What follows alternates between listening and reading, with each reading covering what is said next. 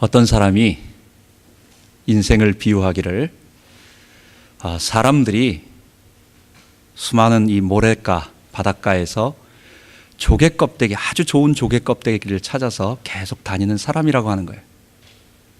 그런데 이 사람이 아주 예쁜 조개를 발견하고 손에다 넣었는데 조금 있다 보니까 또 저쪽에 또 좋은 조개가 있는 거예요. 더 좋은 게 있는 것 같아. 그래서 이것을 버리고 그것을 집습니다. 조금 있으니까 또 저쪽에 또 좋은 게 있는 것 같아. 그래서 이것을 버리고 또 저것을 집습니다. 그러다 보니까 처음 게 더 좋은 것 같아. 그래가지고 그 처음 거를 찾으면서 계속 돌아다니는데 헤매고 있는 거예요. 우리 인생은 늘 살아가면서 어떤 삶의 결정을 해야 되고 내가 그 결정에 대한 그 결과를 받아야 되고 책임을 져야 되고, 그래서 그 결정한 것, 판단한 것이 내 삶에 그대로 영향을 미치게 되어 있어요. 이번에 한국 신문에 보니까 우리 대통령께서 하도 스트레스가 많아가지고 이빨이 다 이렇게 안 좋아지셔가지고 빠져셔가지고 임플란트 하셨다고. 우리 같은 사람은 집에서 별로 그렇게 스트레스가 없는데 국가의 위기와 여러 가지를 생각하는 사람들은 자기가 내리는 판단과 자기가 결정하는 어떤 일이 그 나라의 운명을 좌우한다는 것을 알기 때문에 함부로 할 수가 없는 거예요. 그러니까 두려워하고 스트레스가 되고 엄청난 어려움이 있는 것입니다. 우리는 여러 가지를 볼 때 나는 신앙이 있기 때문에 어려운 일이 있어도 난 잘 극복할 수 있어. 그리고 언제나 하나님만 바라볼 거야. 나는 성경에 어떤 사람들이 불신앙으로 가서 하나님을 거부하고 실패하고 멸망하는 거 난 절대 안 그래. 나는 하나님 섬기고 하나님 의지하고 하나님 따르고, 우리가 문제가 없을 때는 우리의 마음은 항상 그런 마음이고, 우리가 최소한 주님을 믿고 주님을 내 안에 주인으로 모신 사람은 그런 마음 자세로 살아가게 돼요. 그런데 막상 우리가 문제와 어려움 앞에 닥쳐보면, 막상 우리가 어떤 어려운 일에 닥쳐보면 이게 생각보다 쉽지 않다라는 거, 하나님을 의지한다는 것이 이게 쉽지 않다, 아니 쉽지 않다라는 말보다 이게 굉장히 어려운 일이라는 걸 알게 돼요. 우리가 교회에서 나는 주님을 위하여 목숨을 내걸고 순교하겠습니다, 이거는 쉽게 할 수 있어요. 왜? 순교할 일이 거의 없다고 생각하니까. 우리가 말은 그렇게 하지만 실제로 당장 내가 죽어야 할 일이 있을 거는 그건 극단적으로 아주 우리가 어디로 가지 않는 건 없어요. 그러니까 정말 우리가 마지막 최고의 헌신처럼 나의 목숨 다 드리고 하나님 어떤 상황에도 하지 않겠습니다, 주님 내 목숨 어쩌고 다 하지만, 근데요 이게 그것보다 더 어려운 거, 헌금해라 몇 푼, 이게 더 어려운 거예요. 제가 말하고자 하는 것은 뭐냐, 우리가 하나님 앞에 결정하고자 하나님을 섬기고자 하는 것이 쉬운 것 같지만 머릿속에는 나에게 직접적인 어떤 그게 영향을 안 미치고 나하고 좀 멀리 떨어져 있다고 생각을 하면 얼마든지 할 수 있다고 생각하지만 부딪히면 그렇지 않더라는 거예요. 하나님이 우리를 이끌어 가시는 마지막 그 과정은 뭐냐, 우리가 언제 어느 때 어떤 상황 언제나 항상 전심으로 주님을 향해서 나 자신의 주인됨을 나타내지 아니하고, 아담이 에덴 동산에서 하나님을 거부하고 자기가 주인 되겠다고 선언한 그 본성, 그 죄의 본성으로 살아가지 아니하고, 나는 하나님의 피조물이요, 나는 하나님의 백성이요, 나는 하나님을 섬기는 하나님의 종입니다라고 그분 앞에 무릎 꿇고 그분께 순종하는, 그것은 큰 일일 때도 있고 적은 일일 때도 있고, 그것은 내게 직접 어려움이 올 수도 있고 아니면 어려움이 안 올 수도 있는 크고 작고 모든 일 항상 언제든지 다 드리는 거예요. 주님이 그렇게 된 사람을 뭐라고 말하느냐, 우리가 주님과 동행한다, 에녹같이 동행하는 사람이에요. 그게 우리 신약의 로마서에 말하는 것처럼 예수와 함께 십자가에 못 박혀서 나의 주인됨을 못 받고 예수의 주되심을 고백하며 살아가는 사람들, 예수님이 내 안에 통치하시면서 나를 이끌어 가실 때 그분이 나에게 말씀하시면 여러분 어떻게 할 거예요? 버틸 거예요? 우리 버틸 거예요? 주님 이건 안 됩니다, 이건 내가 할 수 있는데요, 이건 좀 주님이 좀 해주시고 이건 내가 좀 하겠습니다, 이런 거 없는 거예요. 우리는 크고 작건 언제나 항상 아이들의 작은 문제가 있을 때든지 아니면 집안의 물질 때문에 큰 일이 있든지 모든 것을 주님께 의지하고 신뢰하고 내어 맡기고 늘 주님께 아뢰고, 늘 딸들이 엄마한테 와서 엄마 나 오늘 이런 일이 있었는데 어떤 일이 있었는데 하면서 엄마하고 늘 대화하면서 그분에게 다 아뢰고, 그럼 엄마도 좋아하고 너 이렇게 하는 게 좋겠다 저렇게 하는 게 좋겠다 하면서 그분과 하나 되어서 그렇게 교제하고 있는 그것, 여러분 그게 우리가 부활 이후에 완전히 얻게 될 영생의 몸을 가진, 부활의 몸을 가진 죄가 없는 우리의 몸인 것입니다. 자, 오늘은 믿음이 좋았던, 아주 좋았던 아사라고 하는 이스라엘의 세 번째 왕이 있었습니다. 이 이스라엘의 왕은 남유다, 그러니까 항상 이제는 다윗 왕국 이스라엘이 둘로 갈라지면서 북쪽에 이스라엘이라는 명칭을 쓰고 남쪽은 유다 족속이기 때문에 유다가 됐어요. 그래서 남북 왕국 둘로 갈라진 것입니다. 북쪽의 19명의 왕들은 210년 동안 여호와 하나님을 계속 대적하고 정말 하나도 선한 왕이 없었던 여로보암의 그 길로 우상숭배, 금송아지 섬기며 살아갔던 사람들이, 그런 왕들이었어요. 그래서 피해 순환이 계속 되어집니다. 그래서 자녀들이 얼마 안 있어서 다 죽어버리는, 여로보암도 자녀가 2년 만에 그 아들이 다 죽게 되고 그 가족이 다 멸절하게 됩니다. 바하사 왕에 의해서. 바하사도 어느 정도 통치하다가 그 아들이 2년 만에 또 시므리가 나와서 그 아들을 죽이고 다 죽여버립니다. 이런 일이 계속 반복되어지는 거예요. 그런데 남쪽에는 이스라엘 다윗 왕의 그 신실한 믿음을 따라서 살았던 자손들이 간간히 나오면서 어떤 왕들은 하나님을 대적하는 악한 일도 많이 했지만, 솔로몬의 그 우상숭배의 산당을 따라가기도 했지만, 대부분의 또 어떤 왕들은 하나님을 섬기며 거룩한 그 일을 걸어갔던 사람들이었어요. 오늘 세 번째 나온 아사 왕은 성경이 말하는 첫 번째로 정말 좋은 왕이었어요. 성경이 말하는 하나님을 의지하고 신뢰하는 정말 좋은 왕이었어요. 그 할아버지가 르호보암이었고 그 아버지가 누구였습니까? 아비암이라고 하는 3년 만에 왕에서 죽습니다. 그런데 이 두 왕은 할아버지 솔로몬에 의해 가지고 내려왔던 그 왕실 전용 우상숭배 산당, 그 예루살렘에 있는 그 우상숭배 산당에서 계속해서 르호보암도 마찬가지고 아비암도 마찬가지고 계속 우상숭배를 하는 거예요. 그런데 이 아사 왕은 어린 나이 18살에 아버지가 3년 만에 죽고 나니까 18살에 왕이 돼서 41년 동안 통치하면서 성경은 뭐라고 말하느냐? 그가 일생 동안 그 마음이 여호와께 가 있었다고. 항상 주님께 가 있었다고. 이런 말 쉽지 않습니다.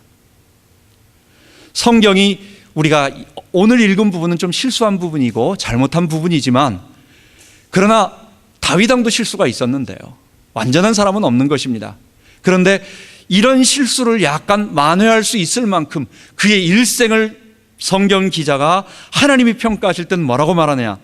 그는 그 아비 다윗의 길로 행했다. 그는 일생 동안 여호와 앞에 마음이 온전하였다라고 그의 일생을 평가하는 것입니다. 아사 왕이 얼마나 믿음의 사람이었는가라고 하는 부분은 그 어머니, 사실은 마아가였어요. 어머니 이름이 마아가입니다. 압살롬의 딸입니다. 그런데 사실은 어머니는 아니었어요. 할머니였어요. 그러니까 르호보암의 아내가 아비야라고 하는 아들을 낳는 거예요. 아비얌을 낳는데 그 할머니를 바로 이 셋째, 그러니까 손자죠. 손자인 것입니다. 이스라엘 이름 중에서 벤이라고 하는 이름이 붙습니다. 앞에 벤, 베냐민 할 때 벤도 그 앞에 벤입니다. 우리 이스라엘 수도가 예루살렘인 것 같지만 사실 예루살렘이 아니에요. 지금 현재는 텔아비브라고 하는 데 있습니다.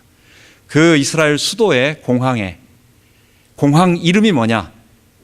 그 건국의 아버지, 이스라엘 건국의 아버지라고 하는 벤 구리온입니다. 이 앞에 벤이라고 하는 말이 붙으면 그건 아들이라는 뜻이에요. 그래서 구리온의 아들, 그 다음에 베냐민 하면 오른손, 그 영광의 아들, 이런 아들이라는 뜻입니다. 딸일 때는 이스라엘은 벨이라는 말을 붙여요. 벨. 그래가지고 누구의 딸이다 할 때는 벨이라는 물을 붙이고 누구의 아들이다고 하면은 벤을 붙여요. 그 다음에 손자, 손녀부터 증손자, 고손자 전부 벤이고 전부 벨이에요. 그렇기 때문에 어머니가 마아가라고 하는 말은 직접 어머니가 아닌 할머니도 할머니의 손자이면서도 그 아들이라고 말하는 거예요. 르호보암의 아내 아비암은 아세라 목상을 만들고 그것을 왕실 전용 우상숭배 산당인 그 감람산 남쪽 기슭에 있는 솔로몬이 지은 산당에서 우상숭배를 극심하게 했었어요. 아들이 3년 만에 죽고 그 다음에 손자가 18살에 왕이 되었습니다. 우리 준이보다 조금 더한 애가 왕이 됐어요. 그래서 국사를 전부 통치한다. 얘가 국방을 책임지고 지금 북쪽 바하사하고 전쟁을 해야 되고 이러니까 너무 어리다고 보니까 이제 태후로서 우리나라 말로 한다면 대왕 대비마마가 돼가지고 뒤에 앉아서 섭정을 하는 것입니다. 그래서 퀸 머더라고 영어 성경에 나와 있는 것입니다. 자, 왕은 있지만 그 왕도 항상 할머니한테 물어보는 거예요. 할머니 권위가 더 크죠.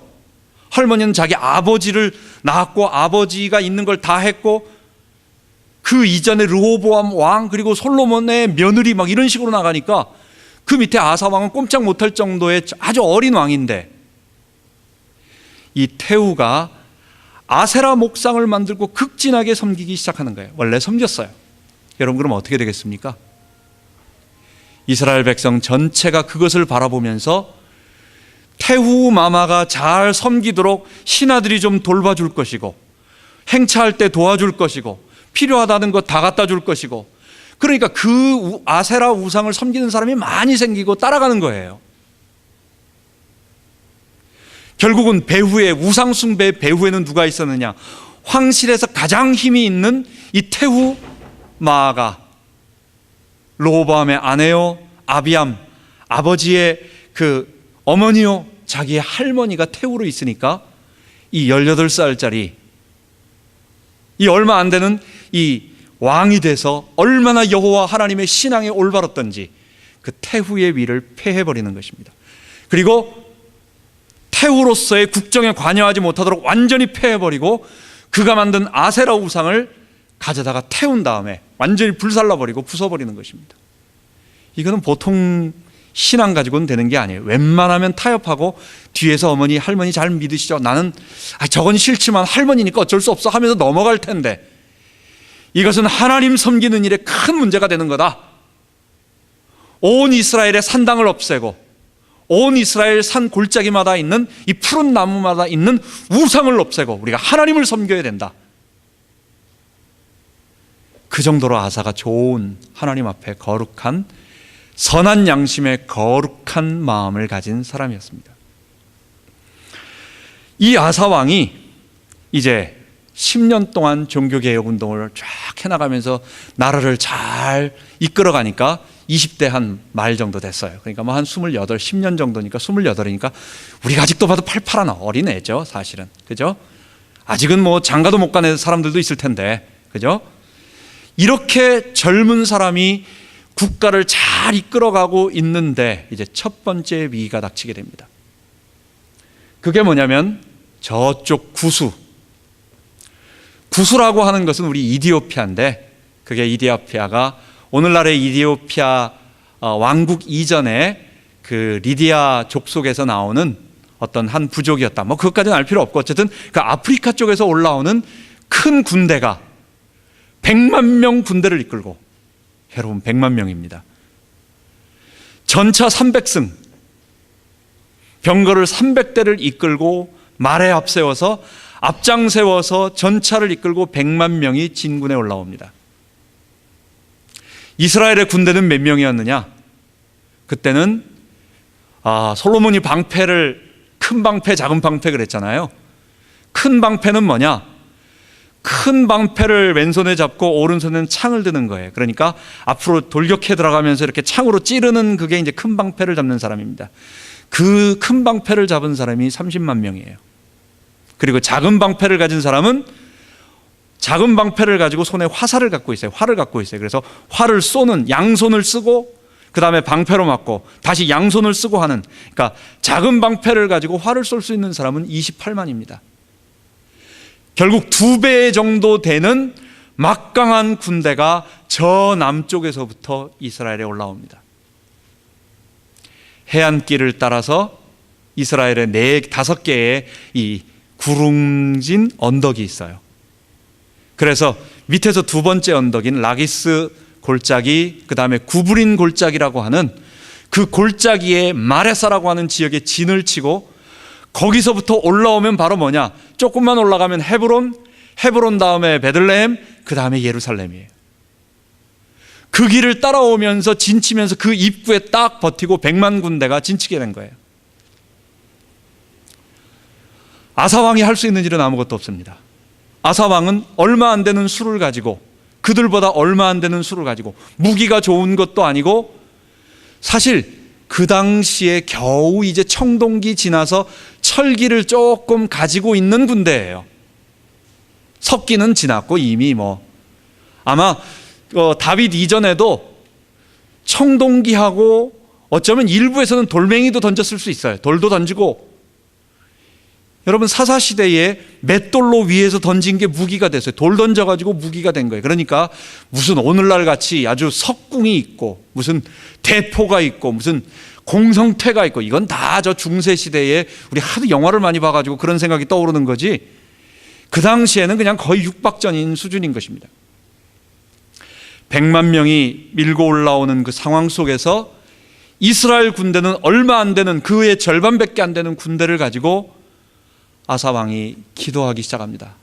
그는 하나님의 사람이었기 때문에, 여호와여, 강한 자와 약한 자 사이에 하나님이 도와주셔야 되겠습니다. 이건 우리가 약한 자라는 거예요. 강한 자와 약한 자 사이에 우리를 도울 자가 누구겠습니까?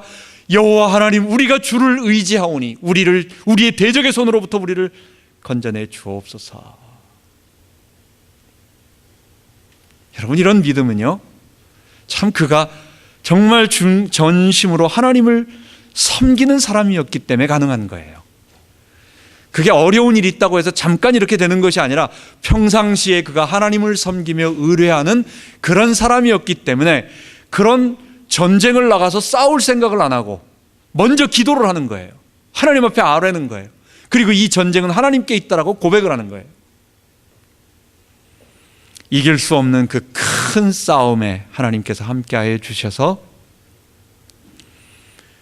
구스의 100만 군대가 완전히 무너지게 되고, 물론 거기서 하나님이 무슨 시스라의 그 옛날 전차 부대가 갑자기 비가 오므로 말미암아 바퀴가 빠지고 무슨 하늘에서 우박이 떨어지고 태양이 멈추고 이 사건은 아니었습니다. 이스라엘 백성들이 쳐서 들어가게 된 거예요. 그러나 구스 군대가 완전히 패배해가지고 성경에 뭐라고 말하느냐, 도망친 자가 하나도 없다라고 말했어요. 100만 명 모두가 이스라엘 손에 그 유다 아사 왕에 의한 기도에 의해서 그 군대의 싸움에 의해 가지고 전부 몰살당하는 하나님의 놀라운 능력을 체험하게 된 것입니다. 그리고 나서 그들이 가져왔던 수많은 전리품들, 엄청난 전리품들과 또 그 밑에 있는 주변에 있었던 그랄 지방에 있었던 사람들까지 전부 두려워 떨면서 무수한 전리품을 가지고 하나님께 돌아와서 감사하는, 그 영광의 찬양을 돌리는 그런 일이 그의 일생 첫 번째에 있었던 것입니다. 여러분, 이게 아사의 본래 모습이었어요. 그가 할머니, 그 아무도 넘볼 수 없는 그 할머니가 우상 숭배하는데 그것까지 끊어버릴 수 있는 그 신앙의 담대함, 하나님을 사랑하고 하나님을 두려워하니까 사람이 두렵지 않은 거예요. 여러분, 두려움은 어디서 생깁니까? 하나님이 없기 때문에. 여호와를 경외하고 하나님을 두려워하는 자는 진정한 마음의 평안과 그리고 사람들로부터 오는 여러 가지 두려움으로부터 해방을 얻게 되는 거예요.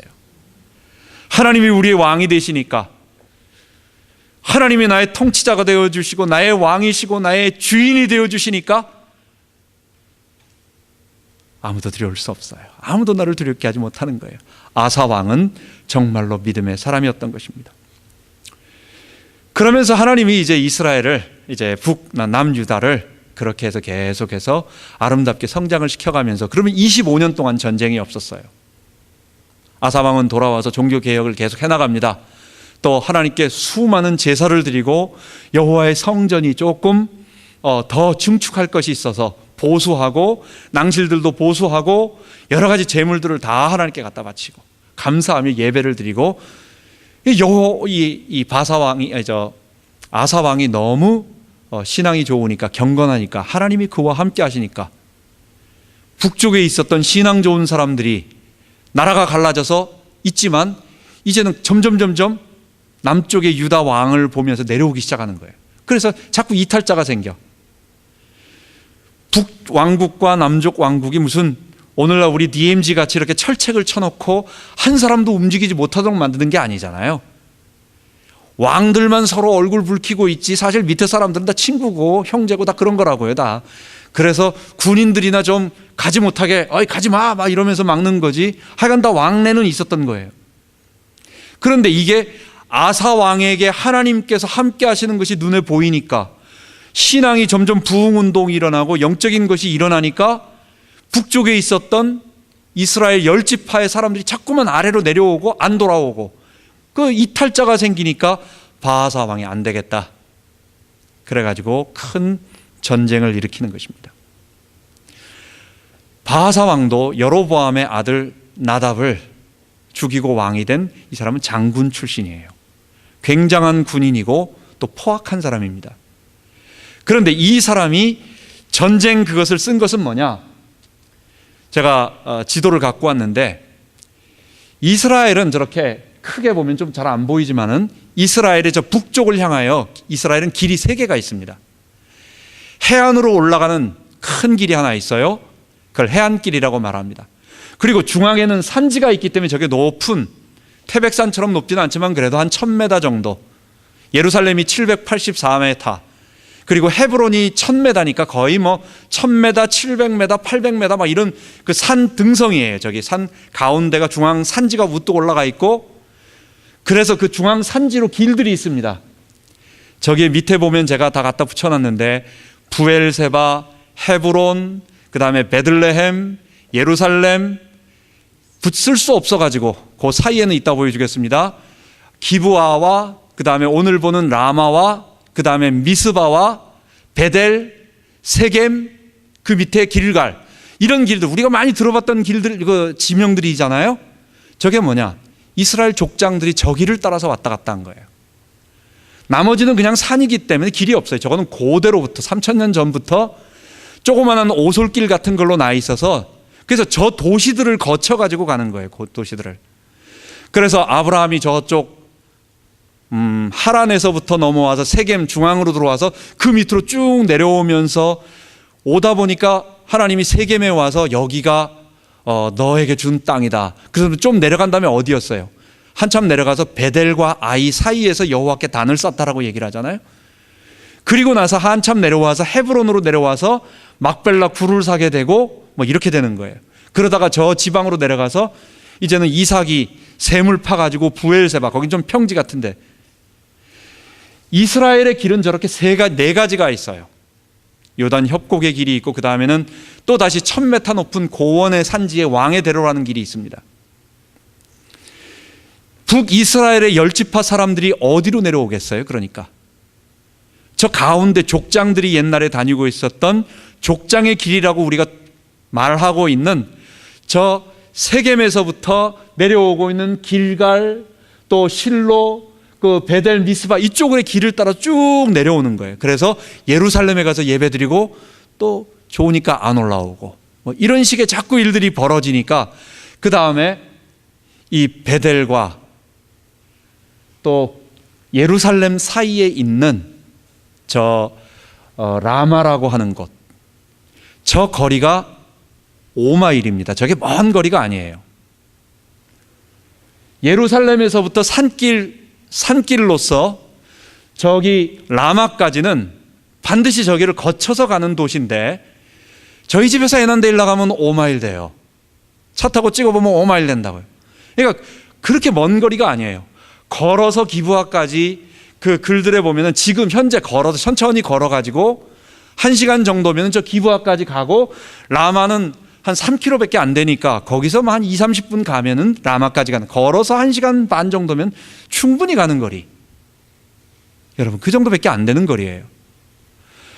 라마까지 쳐들어와서 라마를 점령하고 그 다음에 거기에 성을 쌓기 시작합니다. 여러분, 우리나라에 서울에 북한 공산당이 쳐들어와 가지고 예를 들어서 저기 의정부를 점령했다, 또 일산을 점령했다, 탱크가 그 앞까지 왔다, 이러면 이거는 지금 굉장히 위급하다라는 거 알겠죠?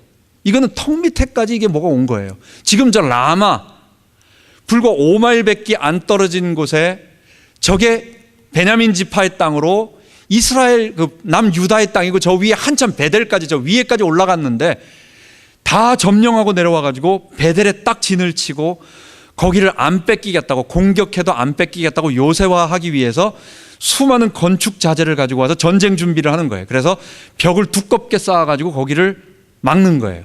막은 다음에 하는 목적이 뭐냐? 사람들이 못 내려가도록. 그러니까 북한 사람들이 남쪽으로 못 내려가도록, 남쪽에서 간첩 올라오지 못하도록 막는 게 아니라 북쪽에서 도망가지 못하도록, 내려오지 못하도록 하는 것처럼 저 라마를 진치고 있으면서 이스라엘 사람들이 왕래하지 못하도록 한다. 그게 오늘 읽은 1절에 나오는 얘기였어요.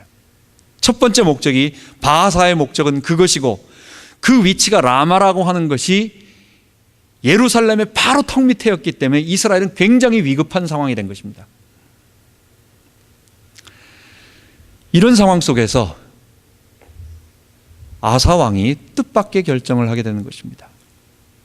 이제 오늘 핵심적인 부분으로 넘어가는 부분인데, 이전에 25년 전에는 100만 군대가 저 남쪽에서 구브린 골짜기를 통해서 올라오면서 헤브론, 베들레헴, 그리고 예루살렘을 치는, 그 입구에 와서 대기하고 있을 때에는 믿음의 고백을 하고 기도하고 하나님의 능력을 힘입어서 완전히 물리쳤는데 이거 100만도 안 될 거란 말이에요. 그죠?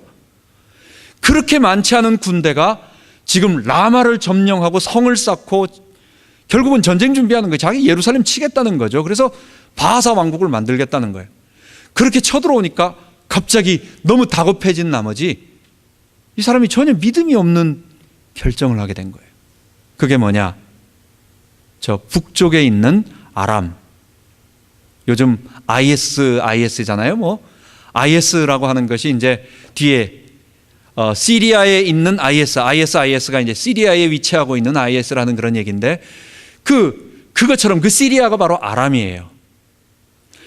이 북이스라엘 바하사 왕이 남쪽 유다를 침공하려고 하는데 이 사람 뒤에는 누가 있느냐? 아람이 있는 겁니다.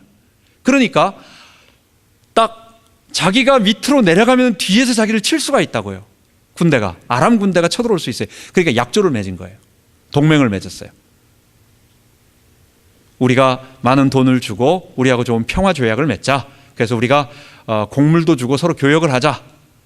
대신 우리가 남쪽을 칠 때 우리 뒤를 공격하지 않는다. 이게 있는 거예요. 이 약조를 맺고 남쪽으로 쳐내려온 거예요.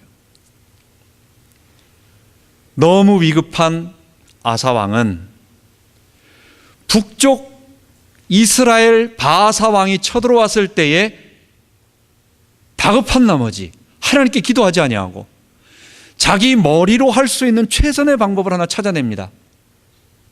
마치 요번에 무슨 뭐 알파고하고 우리 그 바둑을 둘 때 그 이세돌 그분이 바둑을 둘 때 신의 한 수라고 하는 것처럼 자기 나름대로의 아주 절묘한 한 가지 수를 발견해냈어요. 그게 뭐냐? 지금 모든 군대는 남쪽으로 들어와 있기 때문에 저 뒤쪽에 있는 아람이 이스라엘의 뒤를 치면, 후방을 치면, 그 갈릴리 납달리 지경에 있는 국고성이나 이런 데를 치면 결국은 바하사는 후퇴할 수밖에 없다. 여러분, 이거는 전략적으로도 우리 세상적으로 본다면 나쁜 전략이 아니에요. 전쟁은 뭡니까? 싸워서 이기는 게 아니고 싸우지 않고 이기는, 피 흘리지 않고 이기는 게 진정한 전쟁이라고 하는 거예요. 오늘날 군사 전략가들이 이런 상황을 처했을 때 어떻게 할 거냐? 아마 10중 8구는 똑같은 일을 할 거예요.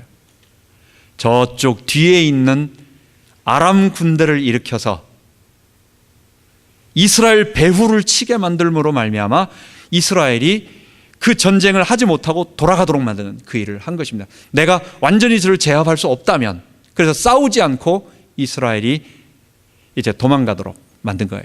그런데 그 아람과 약조를 맺을 때에 여호와 곳간에 있었던 모든 예물들과 모든 왕궁에 있는 것과 모든 것을 주면서 약조를 맺는 것입니다. 오늘 읽은 본문에 보면 이스라엘과 약조를 풀어버리고 없애버리고 우리하고 다시 약조를 맺어서 저 북이스라엘의 후방을 쳐서 우리가 이스라엘 군대가 물러가도록 해달라라고 다급하게 요청을 한 것입니다. 아사 왕의 이러한 행동은 하나님을 의지하지 않는 행동이었습니다. 세상 사람들이 볼 때는 지극히 당연하고 전략적으로 당연하고 어쩌면 묘수고 외계적 수완이었고 또 신의 한 수고 뭐라고 말할지 모르지만 하나님은 크게 진노하신 것입니다. 내가 아람 왕 벤하닷에 내가 아람 왕의 힘을 얻어서 하나님을 섬기지 아니하 의지하지 아니하고 내가 바하사를 물리쳤다라고 하는 그것은 옳지 않다라는 것이에요. 너가 벤하닷을 의지하고 여호와의 은금 기명을 다 갖다 주면서 하나님을 의지하지 않고 그를 의지해서 싸움을 하느냐? 너 이전에 구스왕 세라가 100만 군대 이끌어 올 때 하나님 의지한 건 어떻게 됐느냐? 그런데 왜 지금은 벤하닷을 의지하느냐? 아람 왕을 의지하느냐? 하나님은 하나냐 선지자를 통해서 그를 심하게 질책하시고 하나님 그건 틀렸다고 잘못했다고. 아마 아사 왕에게 나온 기록 중에서 그가 아마 우리 전반부의 성경에 기록되어 있었던 믿음의 사람이요 하나님의 거룩한 사람이요 또 성경 기자가 분명히 말하는 것처럼 일생 동안 하나님께 그 마음이 바르게 했었다, 다윗의 길로 갔다라고 하는 그런 선한 왕이었는데 너무 다급한 나머지 그가 어떤 판단을 할 수 없을 때에 갑작스러운 위기가 그로 하여금 그런 결정을 하게 만들었던 것입니다. 선지자 하나니의 책망을 받은 아사 왕은 이제 왕의 자존심이 좀 상한 거죠. 그래가지고 이 하나니 선지자를 감옥에 가두고 그리고 그것을 반대하는 믿음의 사람들을 근데 그 부분은 좀 우리가 좀 이해할 수 있는 것 같아요. 맞는 말이라도 세게 말하면 기분 나쁘거든요. 왕은 다윗이 위대한 건 뭐냐? 분명히 그 바세바를 범했을 때 나단이 갔을 때 쭉 얘기할 때 바로 당신이 그 사람이라고 말할 때에 거기서 얼굴 붉히지 아니하고 내가 여호와께 범죄하였노라. 그가 하나님을 경외하는 사람이었기 때문에. 그런데 아사 왕은 다윗만은 안 된 거죠. 그러니까 여러분, 그래서 남편을 혼낼 때 남편이 잘못해도 그 앞에다 대놓고 얘기하면 안 됩니다. 여러분, 아무리 남편이 분명히 잘못하고 했어도요, 면전에다 대고 당신이 잘못했다 그러면 그 다음에는 일단은 이제 튕기는 거예요. 한번 튕겨가지고 부딪히는 거예요. 그게. 그 뒤에 가서 맞아, 내가 잘못했는데 이래놓고도 그 앞에서는 안 지는 거예요. 그러니까 어쨌든 아사 왕에 대해서 이 하나니 선지자가 했던 그것을 아사 왕은 받아들일 수 없었고 어쨌든 그로 인해서 감옥에 가두고 몇 가지 그때 자기의 권위가 떨어졌다라고 하는 어떤 그런 자존심과 여러 가지로 인해서 분을 내면서 그런 일들을 하게 된 것입니다. 그 후 3년 만에 아사 왕은 발에 병이 들고 그 병이 뭔지는 모르겠지만 무좀 걸린 건 아닌 것 같아요. 그죠? 죽었으니까. 혹시나 무슨 당뇨로 인해 가지고 발이 썩어 들어간다든지 피부가 어떻게 됐다든지 뭔진 모르지만 그 병으로 인해서 2년간 앓다가 죽습니다. 여러분, 아사 왕이 아람 벤하닷 군대를 이스라엘로 끌어들인 것은 눈앞으로 볼 때는 단기적으로는 성공했는지는 모르지만 장기적으로는 큰 잘못을 한 것입니다. 어떤 표현으로 한다면 늑대를 피하려다가 호랑이 굴로 들어간 거예요. 집안의 조그마한 싸움을 위해 가지고 외세를 끌어들인 것입니다. 르호보암 솔로몬 때는요, 아람은 이름도 없는 조그마한 아람이라고 하는 어디 한 지방의 조그만 나라였어요. 그래서 솔로몬에게 조공바치고 르호보암에게도 조공바쳤어요. 그런데 솔로몬 말기에 르호보암 이후에 독립을 해가지고 조금 세력을 커지더니 북이스라엘과 남유다가 한 60년, 70년 동안 전쟁을 벌립니다. 서로 앙숙이 돼가지고 싸우죠, 서로. 그래가지고 여로보암 때는 이 아비암, 그러니까 그 르호보암의 아들을 갖다가 공격을 해가지고 80만 군대가 내려와서 50만이 죽어요. 북이스라엘이 50만이 죽어요. 그러니까 대패하고 군인 이스라엘 전체의 군대의 3분의 2가 죽어버리는 그런 일이 벌어지는 거예요. 그러니까 둘이서 안에서 이 솔로몬 제국이 무너지고 막 치고받고 싸울 때 아람은요, 거기서 조그마한 나라였는데 북이스라엘하고 약조해가지고 돈 받고 힘을 키우고, 그 다음에 조금 있다가 남쪽 유다가 힘을 또 돈 주고 저거 쳐라고 해가지고 그 사이에서 어부지를 얻으면서 세력을 키우다가 나중에는 어떻게 되느냐, 굉장한 나라가 됩니다. 여러분, 다음에 우리가 배우겠지만은 여호사밧 이후의 몇 왕들은 최고 악한 왕, 북쪽의 최고 악한 왕 아합하고 결탁을 하게 됩니다. 그냥 이상하단 말이에요. 왜? 여호사밧도 참 좋은 왕이거든요.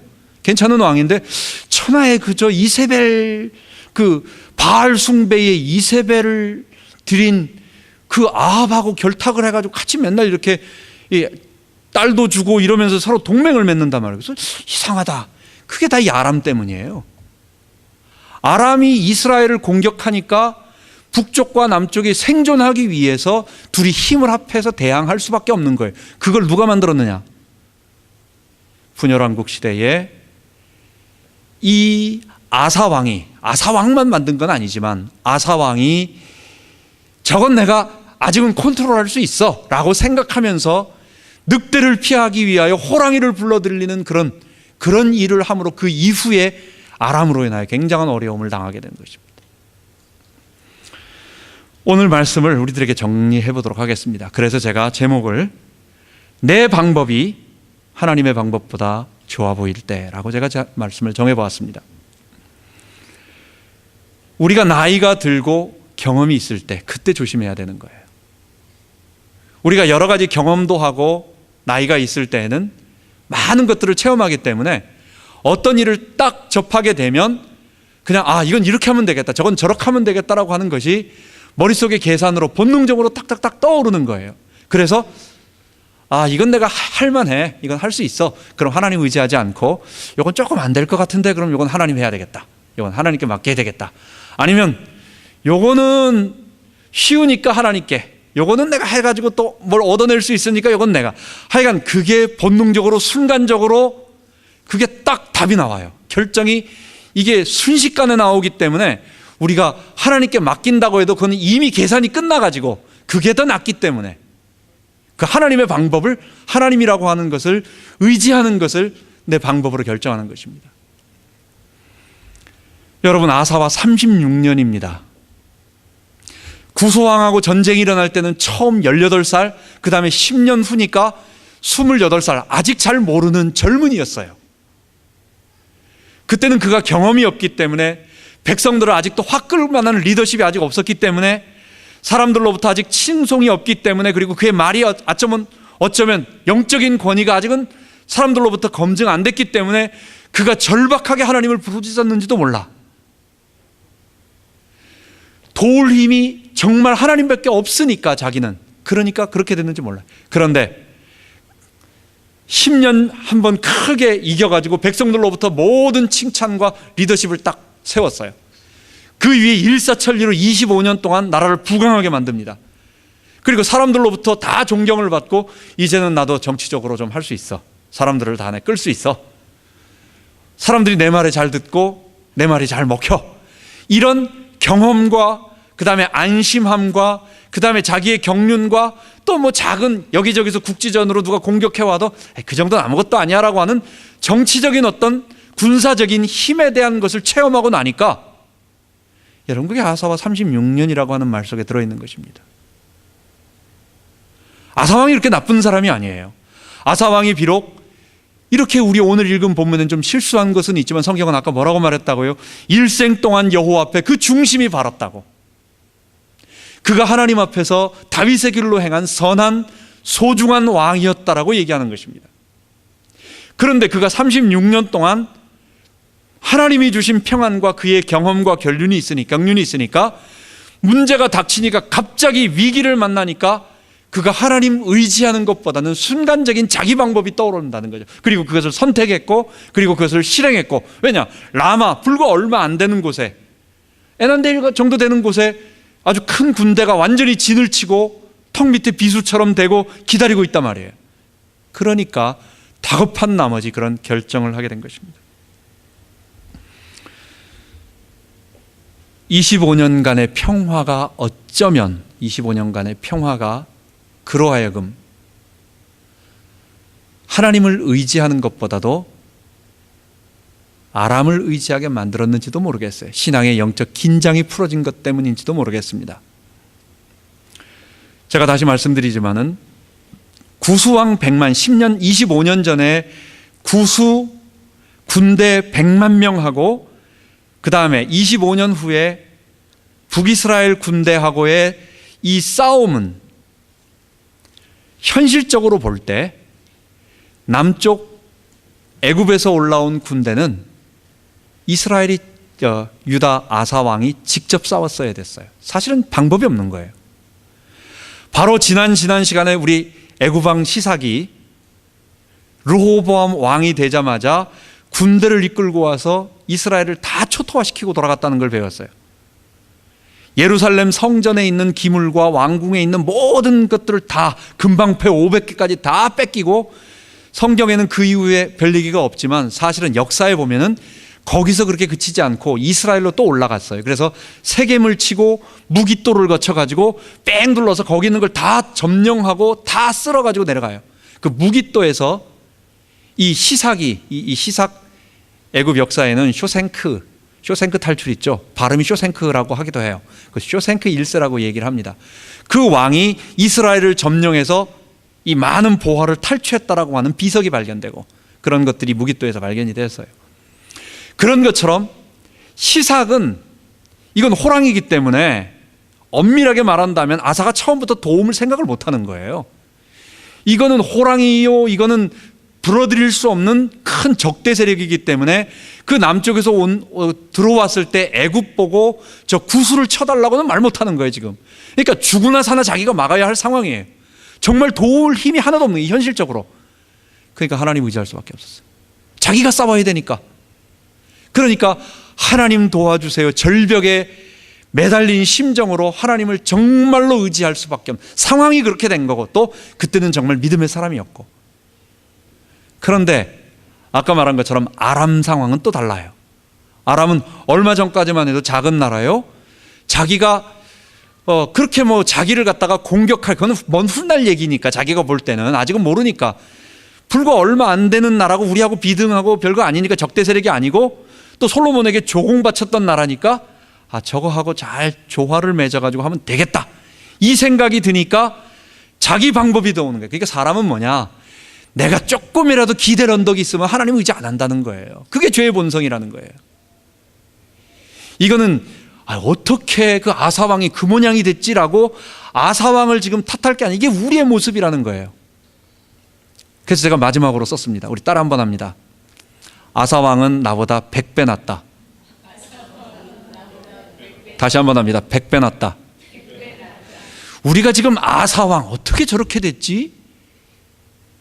저 아사왕 왜 저 모양이야? 라고 얘기할 게 아니라 그 신앙의 사람도 25년간의 영적인 긴장이 좀 풀어지고, 또 하나님 의지하지 않아도 딱 순간적으로 여러 가지 판단이 쫙 나오잖아요. 군대가 나와 있으니까 저 뒤를 치면 된다. 그러면 도망가고, 전쟁을 피 하나 안 흘리고 다 도망가고 어떤 일이 있느냐, 그 성을 위하여 쌓기 위하여 가져왔던 모든 이 건축 자재들을 가지고 그 북쪽에 2개의 성을 갖다가 쌓습니다. 이스라엘을 막기 위한 성을 쌓습니다. 이건 도랑치고 가재 잡고 뭐 마당 쓸고 돈 줍고 하는 거예요. 북이스라엘 왕이 라마를 건축하기 위해서 수많은 건축 자재를 다 놔두고 도망가 버렸어요. 급하니까. 그러니까 그 건축 자재를 다 들고 더 앞쪽에다가 요새, 북쪽을 막기 위한 남쪽 요새 성 2개를 쌓습니다. 얼마나 좋은 일을 한 거예요? 그러니까 이거는 세상적으로 볼 때 외교적으로나 여러 가지 면으로 좋은 수라고 생각하지만 하나님 입장에서 보면 너 정신 차려라. 너 지금 누구를 의지하는 거냐? 너 하나님을 의지하지 아니하고 너가 너의 힘을 의지해서 아람 왕 벤하닷을 너에게 끌어들여서 그를 의지해가지고 이 전쟁을 이기려고 하느냐? 하나님은 얘기합니다. 아람 왕이 너 손에서 벗어났다. 이제 너 통제 밖을 벗어났다는 거예요. 아람 왕이 급속도로 커지고 마지막에 이스라엘을 갖다가 다 멸망시킬 정도로 굉장히 괴롭힙니다. 그 아람을 마지막에는 북쪽에는 아시리아고 치고, 그래서 아람이 무너지면서 그 다음에는 이번엔 아람보다 몇 배 큰 아수르 제국에 의해 가지고 북이스라엘이 멸망하게 되고 고통당하게 되는 거예요. 여러분, 우리가 아사 왕의 실패를 통해서 영적 긴장, 하나님 저는 죄인입니다. 저렇게 선한 귀한 아사 왕도 마지막에 긴장을 놓치고 또 많은 경륜이 있다 보니까 내 방법이 떠올라서, 누가 봐도 여러 조언을 하던 사람도 당연히 군대 참모가 있으면 다 그렇게 조언을 했을 거라. 근데 그게 아니라 하나님을 의지해야 되는데, 여러분, 하나님 의지한다고 해서 군인은 하나도 없고 하나님 앞에 기도만 합니까? 목사님이 기도만 하고 아무것도 안 하고 딴 사람들은 군대 없습니까? 아니죠. 하나님이 군대의 힘을 북돋게 하셔가지고 기드온의 300 용사처럼 그 미디안의 수십만을 이길 수 있는, 하나님이 그렇게 하실 줄 어떻게 알아요? 태양을 멈추게 하셔가지고 이스라엘 또 하늘에서 우박이 떨어지고 불이 떨어지고, 여러분, 강이 넘쳐가지고 군대가 도망가지 못하게 만들고, 그거 뭐예요? 하나님이 하신 거예요. 우리는 하나님의 능력을 제한하지 말고 내 생각이 옳다라고 생각하는 그것, 이건 믿음의 사람이 그럴 수 있었다는 것을 알고 우리도 조심하고, 그래서 우리 주 예수 그리스도의 십자가밖에 없는 거예요. 천하의 누구도 우리의 죄의 본성이라고 하는 것은 지금 현재 우리가 그래도 눌러놓고 복음으로 눌러놓고 일주일마다 주일날 와서 조금 눌러놓고 내가 십자가에 못 박혀야지, 월요일쯤 되면 십자 정도까지밖에 생각이 안 나. 그 다음에 이제 수요일쯤 되면 10 조금 되고 나중에 비읍자까지 떨어지고 주일날은 맞아, 그게 십자가였지, 내가 죽어야지, 이제 이러면서 계속 가는 거예요. 그러니까 우리 속에 눌러놓은 그리스도의 보혈로 적셔놓은 이 아담의 본성은 내가 조금만 위기 닥치고 그리스도의 복음과 그리스도와 그분의 부활에 동참하지 않으면 이게 금방 다시 튀어나와요. 그럼 벌써 지킬 박사와 하이드처럼 딴 사람이 되는 거, 완전 딴 사람이야. 그리고 나오는 것은 뭐냐? 죄의 결정이고, 그 결정이 우리로 하여금 하나님과 멀어지게 만든 사망의 열매를 맺는 것입니다. 우리 모든 귀한 성도들, 내 방법이 아무리 좋다고 생각하지만 하나님께 물어보고 하나님이 그 방법을 하라고 할 때 하시는, 그리고 하나님을 의지하는 여러분과 저가 되기 바랍니다. 기도하겠습니다. 하나님 아버지, 신실했던 경건했던 하나님의 사람 아사 왕이 그의 긴 영적 이 긴장이 풀리는 그런 평화의 시기와 또한 그의 깊은 많은 태만함, 나태함, 교만함, 정치적인 역량, 경험들이 갑작스러운 위기가 닥쳤을 때 하나님보다도 자기 방법이 더 하나님의 방법보다 옳다고 느껴져서 그는 아람 벤하닷을 끌어들이는 인간적인 방법을 쓰게 되었습니다. 아버지 하나님, 우리의 모습하고 똑같습니다. 우리도 정말 하나님 섬기며 우리도 늘 작은 일이든지 큰 일이든지 항상 전심으로 주님을 의지하며 살아갈 수 있도록, 결정할 수 있도록, 그리고 주님을 위하여 헌신할 수 있도록 인도하여 주옵소서. 우리 주 예수 그리스도의 이름으로 기도하옵나이다. 아멘.